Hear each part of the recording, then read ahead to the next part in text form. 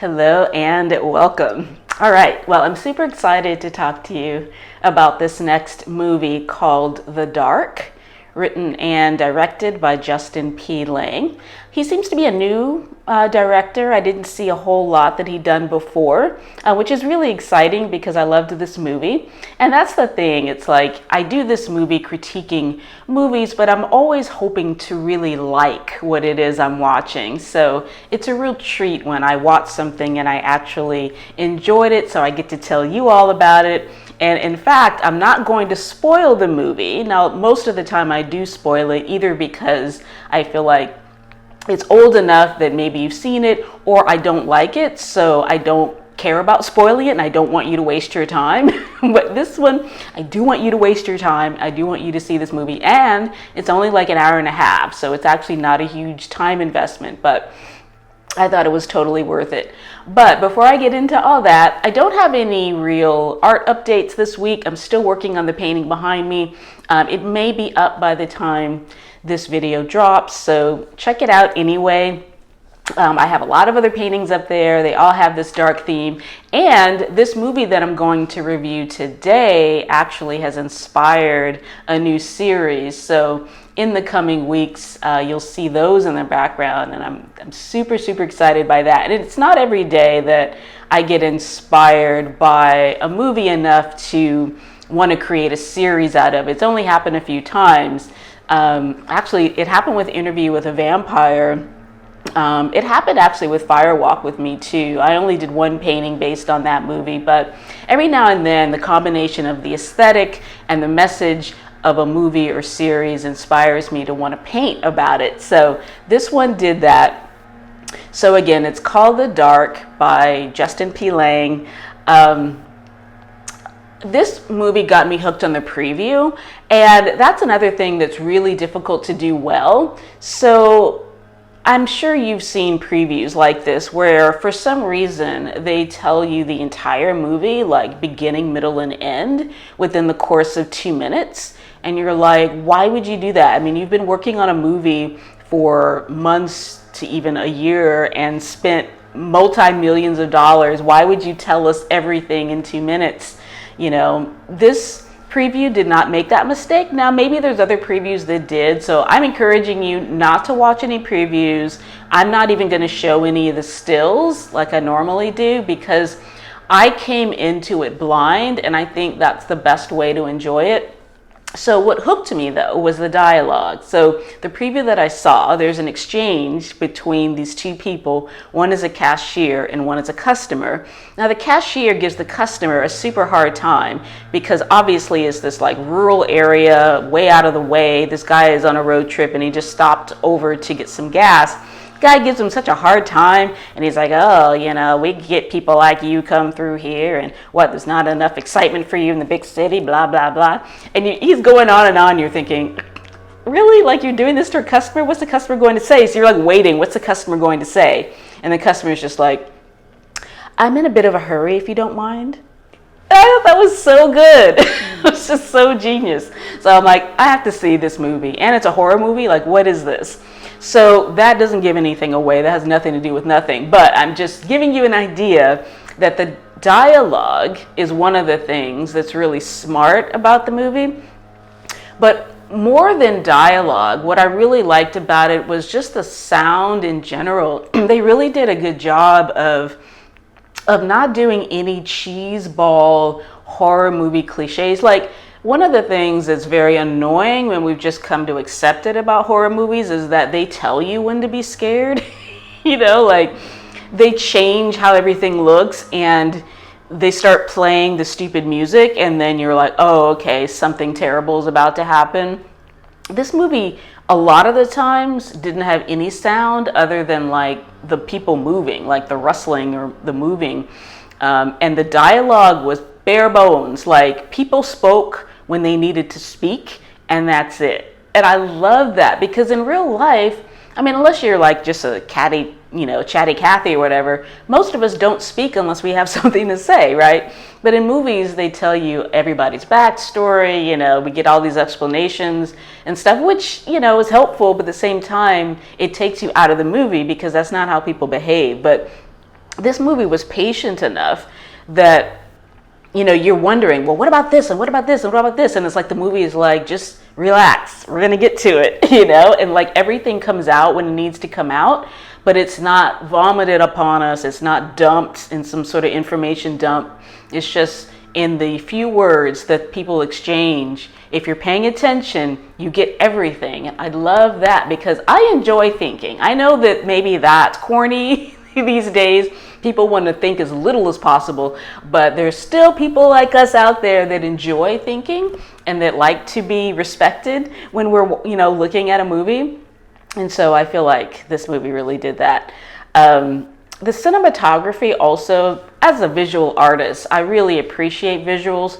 So it's not so much that it was beautiful, although it mostly, the setting is attractive because it's a natural environment, but it's not really so much that. What was attractive about the movie really was that what you see visually is a direct mirror to either what's going on with the characters psychologically or the progression of the plot.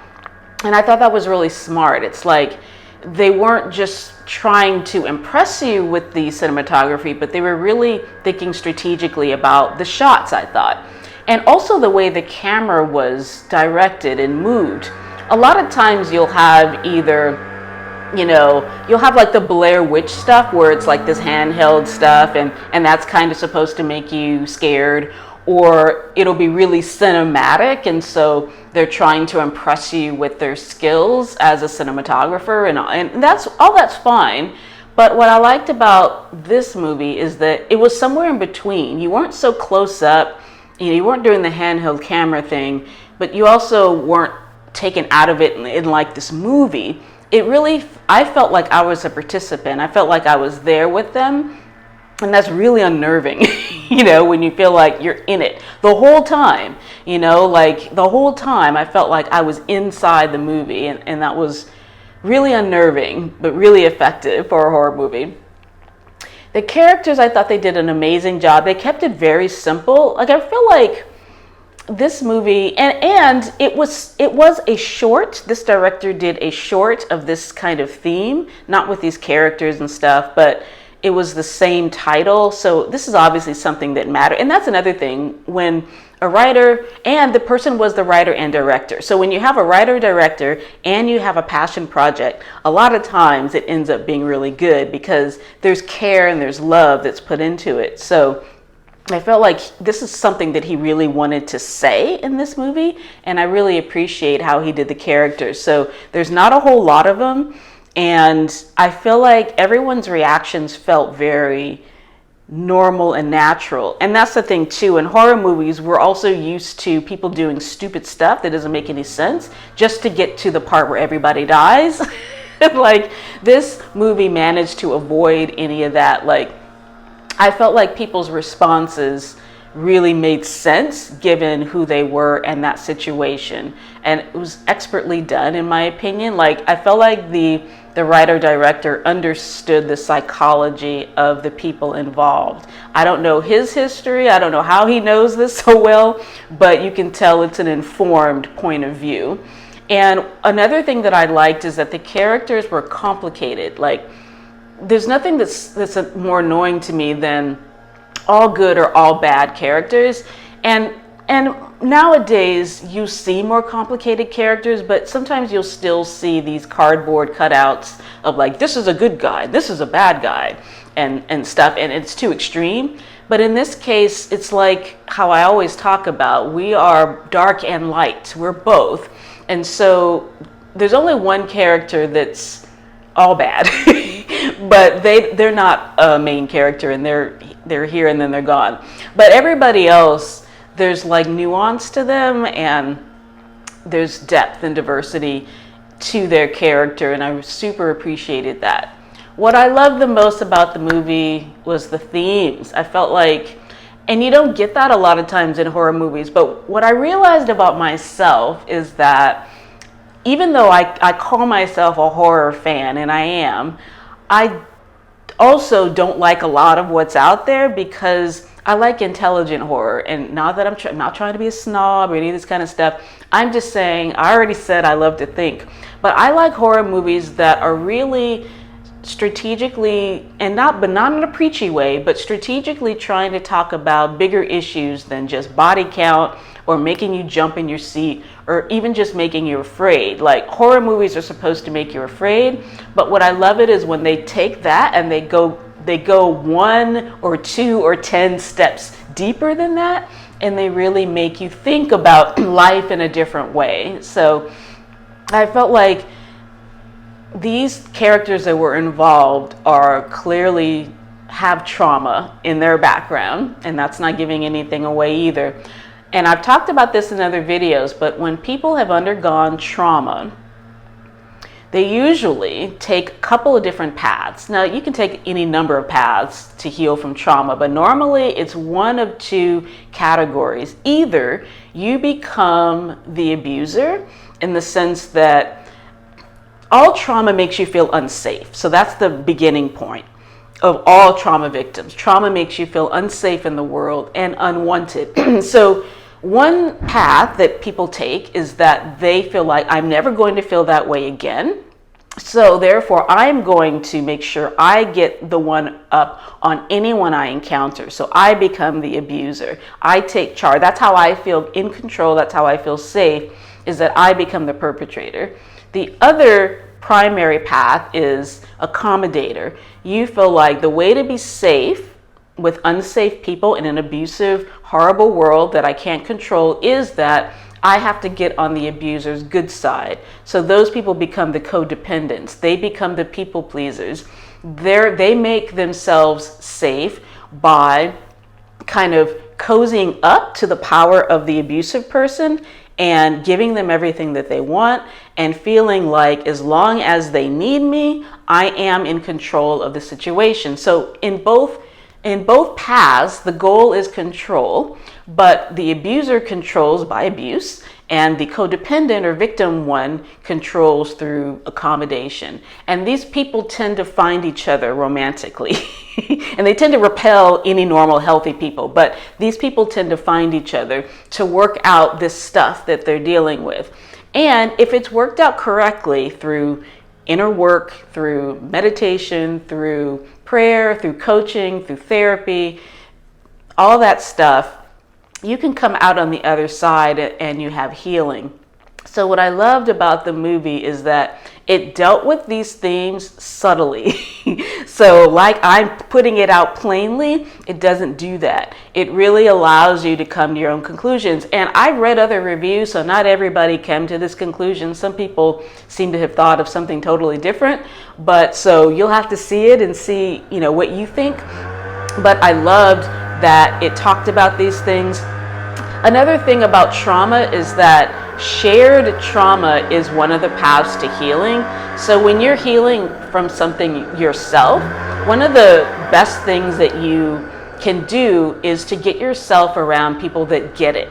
Like that's why group therapy can be so healing, is because you see that what you went through, you're not alone, right? So there's just healing in knowing that somebody understands you, because when you're alone and you're being abused, you feel like somehow you don't fit into this world, you're not wanted by this world, and you're all alone. So when you share your trauma with somebody that gets it, it's like that heals you on a really primary level so that you can start to feel safe and to do your own healing.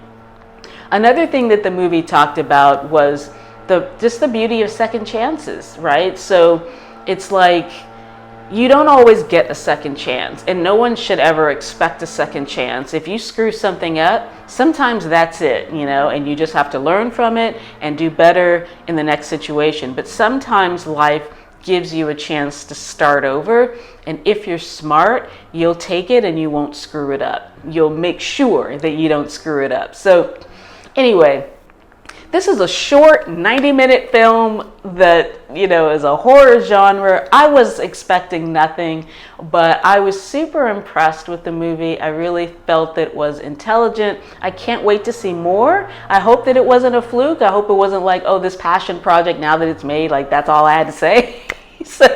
We'll see. We'll see what they do from here on out. But I hope that you watch it. If you have watched it, I hope you'll let me know what you thought of it, whether you agree or disagree. It's on Amazon Prime. So if you have a Prime membership, you know, you get it for free. If you don't, I think it's pretty cheap to rent, probably like $2 or $3. So watch the movie, check it out. Check out my gallery to see any new stuff that I post on there. And I look forward to seeing you next time. Have a blessed and beautiful day. Bye-bye.